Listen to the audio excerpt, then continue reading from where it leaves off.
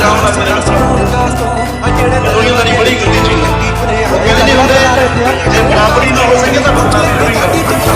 ਤੇਰਾ head down ਕਾਸ ਤੋਂ ਚੰਗਾ ਭਲਾ ਹੱਸਦਾ ਸੀ ਮੋੜ ਕਾਸ ਤੋਂ ਆ ਜਿਹੜੇ ਦਰਵਾਜ਼ੇ ਵਿੱਚ ਮੋੜ ਚੱਕੀ ਫਿਰੇ ਆ ਮੈਂ ਚੰਗੀ ਤਰ੍ਹਾਂ ਜਾਣਦਾ ਆ ਕੌਣ ਕਾਸ ਤੋਂ ਕੁਛ ਇੱਥੇ ਚਾਂਦੀ ਚਮਕਾਉਣਾ ਚਾਹੁੰਦੇ ਨੇ ਕੁਛ ਤੈਨੂੰ ਫੜ ਥੱਲੇ ਲਾਉਣਾ ਚਾਹੁੰਦੇ ਨੇ ਕੁਛ ਕਨੇ ਆਏ ਇੱਥੇ ਭੁੱਖੇ ਫਿਰਦੇ ਨਾਲੇ ਕਿ ਤੇਰਾ ਅੱਗੇ ਹੋਣਾ ਚਾਹੁੰਦੇ ਨੇ